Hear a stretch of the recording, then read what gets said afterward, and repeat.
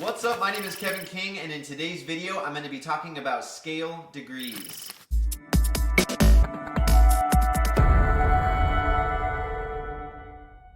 So my goal in this Music Theory Fundamentals series is to give you all of the tools that you need to understand how music works and how it all fits together. In my previous videos, I've covered the concepts of key, scale, and chords, exactly what those mean and how to apply them in music. So a key is nothing more than the note that a song is centered around. So if you're playing in the key of A major, that song is centered around the note A. If you're playing in the key of B flat major, that song is centered around the note B flat. So a scale is nothing more than the 7 notes that define a specific key. For example, if you are playing in the key of A major, then we will use the A major scale, which is the 7 notes that will define A major. If we're playing a song in the key of E major, for example, then we will use the E major scale, which is a group of 7 notes that we will use in that song. And then there are 5 notes that we stay away from.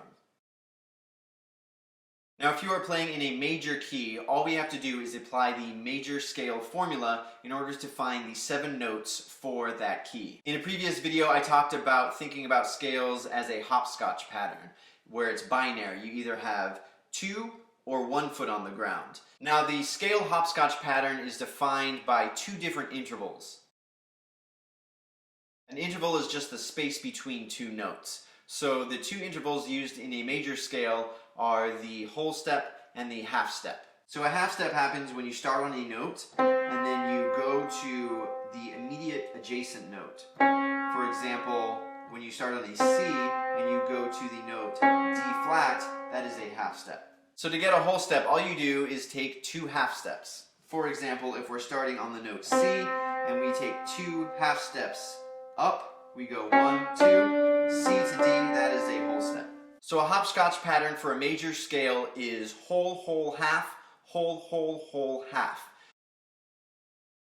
So a scale degree is nothing more than a number, 1 through 7, that is given to a note in a scale.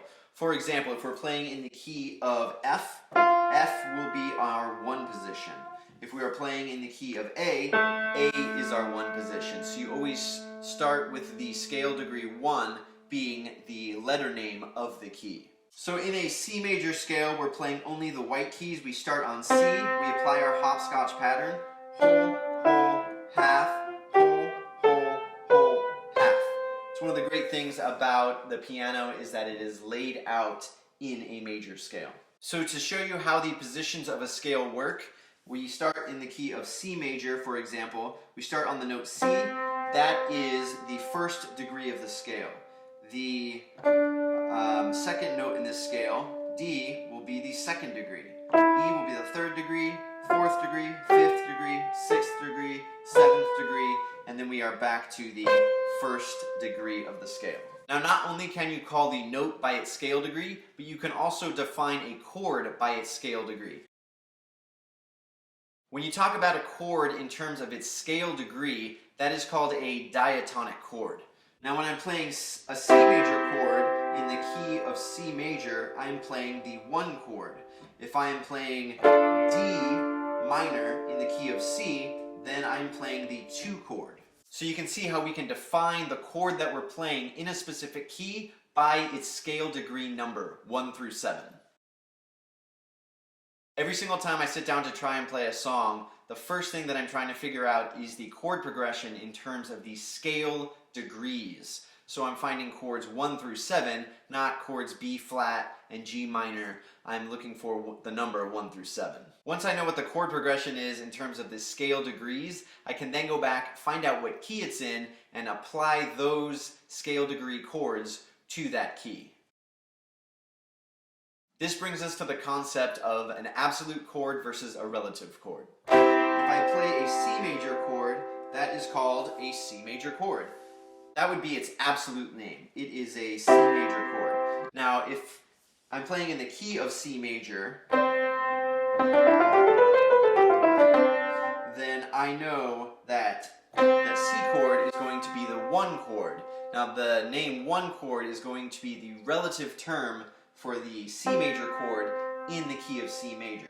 Now let's say I move to the key of G major.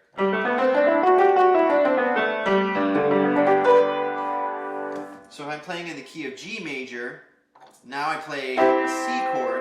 Well, C is actually the 4th degree of the scale in the key of G major. So I have the key of G major, the scale will start on G, whole, half. I get to C, and then now my C major chord is on the 4th degree of the scale.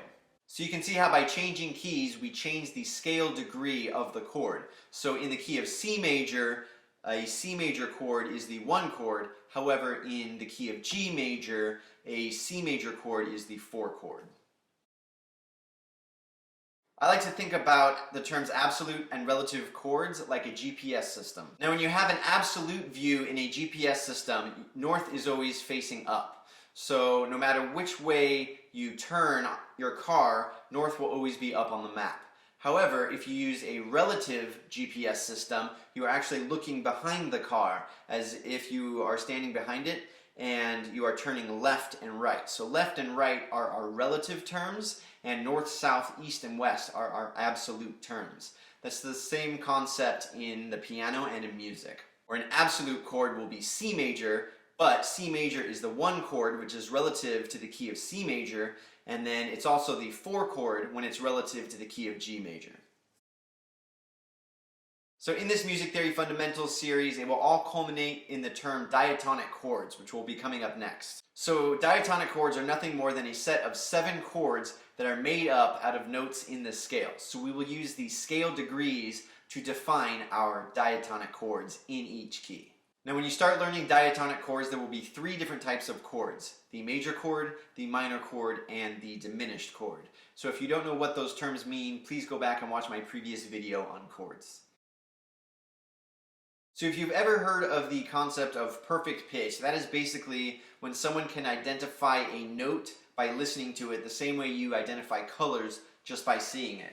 For example, I could play this note and somebody will know just by listening to it that it's the note D. There's another term called relative pitch, which is when you're able to hear the different intervals and the different positions of a scale without actually knowing what the name of the pitch is. In my opinion, having relative pitch is a more useful skill than perfect pitch because you can identify the different shades of the sounds as opposed to the exact name of the note. Because it allows me to go out and listen to a song and be able to go and apply it and change it to any key. If you'd like to learn more about these topics, including piano technique and music theory, consider checking out the King's Piano course. I will put a link in the description below. Again, my name is Kevin King from Piano Kingdom. If you like this video, hit the like button. If you'd like to see more videos like this, hit the subscribe button. Until next time, take care.